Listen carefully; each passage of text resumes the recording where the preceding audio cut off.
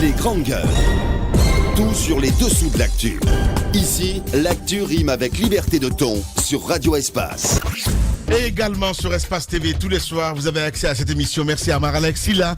À la une, on s'intéresse à l'actualité, évidemment. Mine, la Guinée qui récupère les blocs 1 et 2 de Simandou.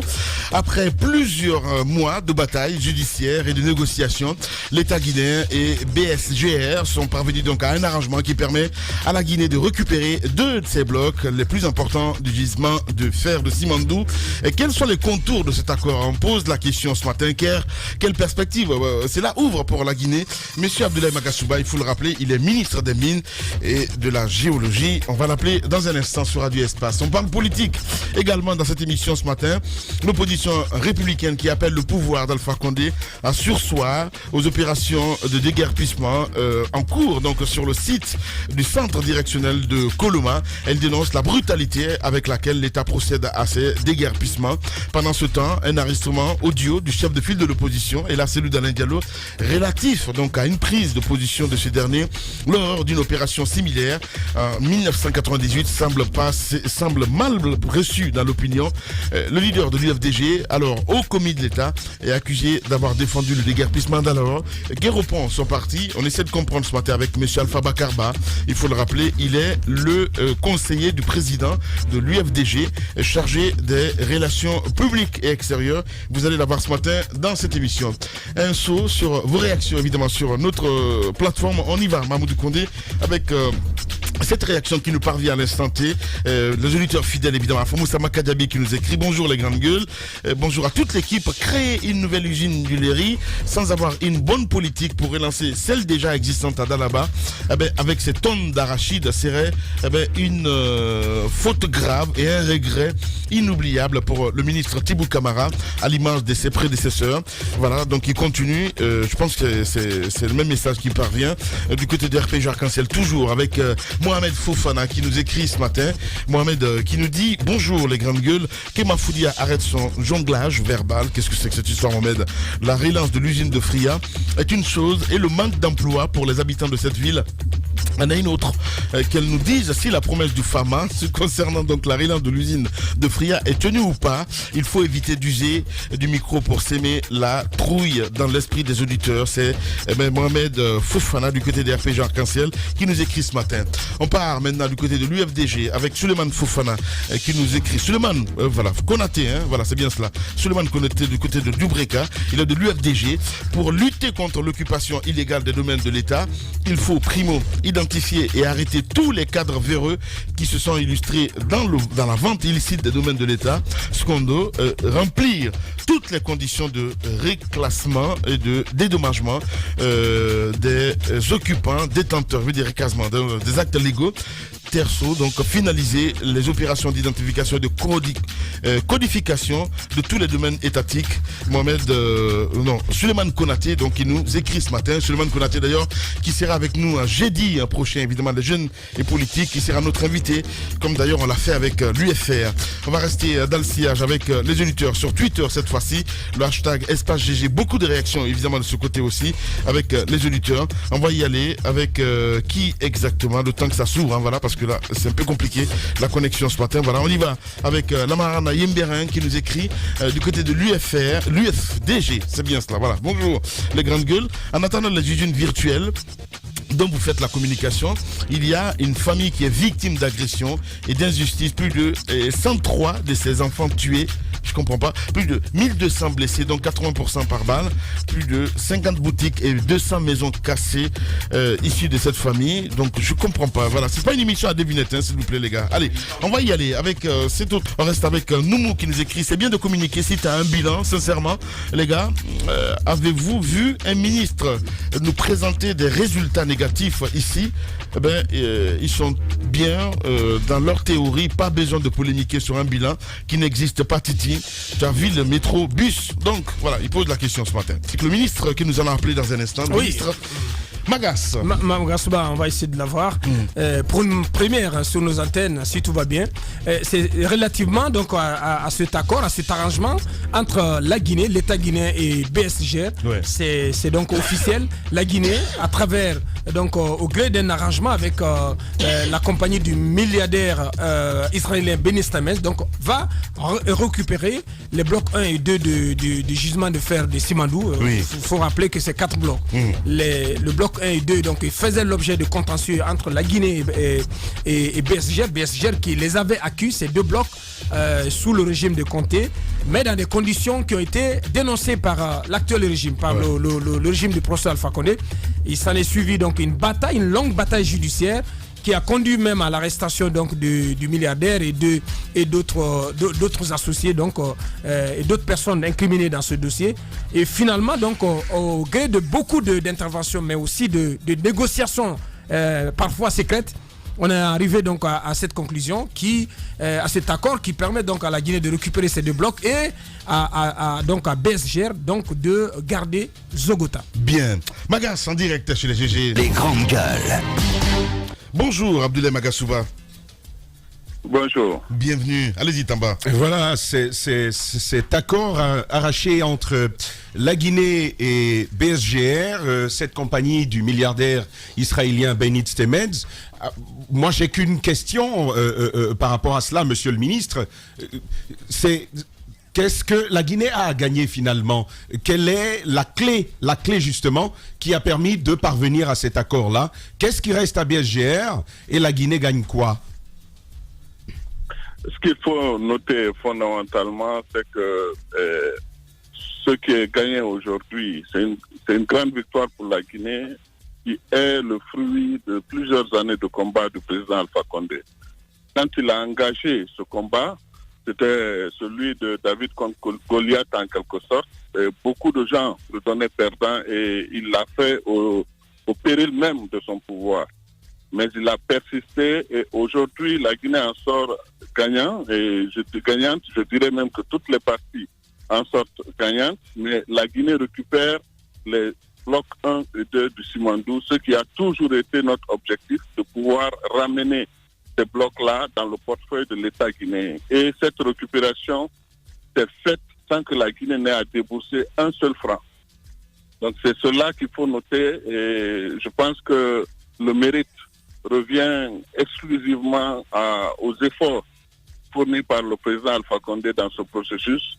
Et des efforts, je dirais, il a fait preuve d'un courage extraordinaire parce qu'à l'époque, quand le combat a été engagé, beaucoup de gens disaient, bon, comment est-ce que, entre guillemets, un petit pays comme la Guinée peut s'attaquer à de grands groupes internationaux comme ça. Mais je pense que c'est un symbole pour la Guinée et c'est un espoir aussi pour toute la Guinée dans le cadre de la gestion responsable de nos ressources minérales, dans le cadre de la prise de responsabilité pour pouvoir faire bénéficier les Guinéens des bénéfices des retombées de leur richesse minérale. Bien. On se réjouit tous de ce dénouement dans cette affaire qui n'avait que trop duré. Mais ce qui est quand même frappant et à la limite, on va dire surprenant, c'est le fait que cette compagnie de Benny Stamez, donc de BSG, ait accepté finalement donc de lâcher ces 2 blocs qui sont les plus importants, on va dire comme ça, de ce jugement de fer à Simandou, et de ne garder que Zogota. C'est quand même assez surprenant. Expliquez-nous comment BSG a fini par lâcher les 2 blocs pour ne se contenter que de Zogota. C'est quand même l'interrogation qu'on se pose. Oui, ce qu'il faut préciser, BSGR ne garde pas en tant que tel Zogota.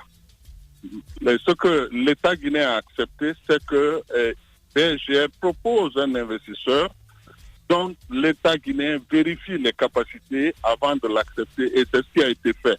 Il y aura un nouvel investisseur sur Zogota pour le développement de cette mine.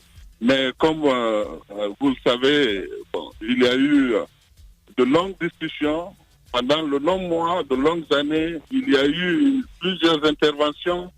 Mais ce qu'il faut retenir fondamentalement, c'est que la Guinée a été rétablie dans ses droits. Et le seul secret qu'il pourrait y avoir, je pense que devrait être avec le président Alpha Condé. et je ne suis pas dans ces secrets-là. En tout cas, il a usé de bons moyens pour que cette question se résolve à l'amiable. Parce que dans tout litige, la priorité est à une résolution amiable du litige, et il a réussi à manœuvrer suffisamment bien pour que BSGR accepte de retourner à la Guinée sans condition les blocs 1 et 2 du Simandou. Bien. Abdoulaye Magasuba en direct ce matin chez les Grandes Gueules. Allez-y, Mohamed Mara. On peut donc en conclure sans l'ombre de se tromper que finalement les poursuites vont être abandonnées de part et d'autre parce que BSGR a poursuivi la Guinée et vice-versa. Mais il y a un pan donc judiciaire de ce dossier qui m'intéresse, monsieur le ministre. C'est cette plainte notamment des victimes de Zogota en novembre dernier contre BSGR et Valais devant la cour de la CEDEAO des droits de l'homme. Alors comment est-ce que vous comptez concilier notamment les populations qui vont voir, en tout cas revenir BSGR mais sous une autre forme, à travers un autre investisseur? Est-ce que vous avez pensé à cet aspect? Vous comprendrez que je ne puisse pas commenter une procédure, le déroulement d'une procédure judiciaire, mais ce que je peux vous dire aujourd'hui, comme vous êtes souvent avec les vrais gens, comme vous le dites, demandez aux populations de Zogota si elles ne souhaitent pas, si elles ne sont pas impatientes que cette mine soit exploitée, parce que ce n'est que dans ce cadre-là que des bénéfices peuvent être générés pour ces populations-là. Et c'est sur cette base que l'État guinéen a travaillé, parce que une mine,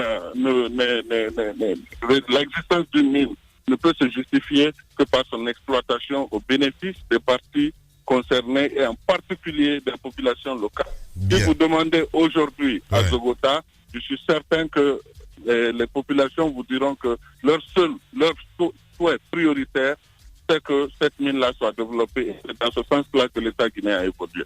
Voilà, allez-y, Jacques. Monsieur le ministre, deux questions rapidement. La première, c'est de savoir est-ce que, comme on l'a lu un peu dans la presse, l'ancien président français Nicolas Sarkozy a joué un rôle dans ces négociations. La deuxième question, c'est bien sûr l'attente, parce que le site, on l'a dit, depuis le deuxième régime avait déjà été donné à Benny Steinmetz. Il y a eu assez de temps. Si vous faites aujourd'hui une évaluation, à supposer par exemple que l'exploitation avait commencé réellement à Simandou, et qu'est-ce qu'on a pu perdre, n'est-ce pas, pendant tout ce temps d'attente? Votre première question, je pense qu'il est important de signaler que le président, comme vous le savez, il a un réseau, je dirais, extraordinaire dans pratiquement tous les continents au monde. Donc le président Sarkozy est un ami du président Alpha Condé. Donc il n'est pas exclu qu'ils aient eu à discuter de ce sujet à un moment ou à un autre. Et comme cela a été le cas de plusieurs, je dirais, des dizaines de personnalités de par le monde qui sont intervenues directement ou indirectement dans ce dossier. Mais ce qu'il faut retenir fondamentalement, c'est que ce résultat, cette victoire-là pour la Guinée, a été rendu possible grâce au courage, grâce à l'abnégation du président Alpha Condé, parce que je peux vous dire une chose, beaucoup l'ont dissuadé d'engager le combat. Maintenant, vous parlez de ce qu'on aurait pu perdre. En réalité, faites le bilan aujourd'hui. Le bilan aujourd'hui, c'est que l'État guinéen ramène dans son portefeuille la moitié du plus grand gisement de minerais de fer de haute qualité inexploité au monde. Les blocs 1 et 2 du Simandou. C'est ça l'élément fondamental. Et deuxièmement, l'État guinéen crée l'opportunité maintenant du développement responsable des mines de Zogota. Et c'est cela qu'il faut retenir. Je pense que avec ce qui a été obtenu dans ces négociations, le combat valait la peine d'être mené. Abdoulaye Magasuba, voilà, Magas, vous restez avec nous. On va revenir dans un instant, mesdames et messieurs, avec l'UFDG. On parlera politique dans la deuxième partie et le ministre Magas que nous allons retenir. Dans 10 minutes, on revient. véritable success story de la radio Espace Guinée, les Grandes Gueules, détentrices des meilleurs scores radio en Guinée de la meilleure émission talk show, a donné le créneau horaire du départ au bureau et du retour à la maison, récoltant depuis des années consécutives le titre d'émission la plus écoutée en Guinée, toutes catégories confondues. Un grand total de plus de 5 millions d'auditeurs ont été fidèles au talk show Les GG, diffusé jour après jour sur toutes les stations du réseau Adafo Média de 9h à 10h30, un exploit qui restera longtemps dans les annales de la bande FM en Guinée.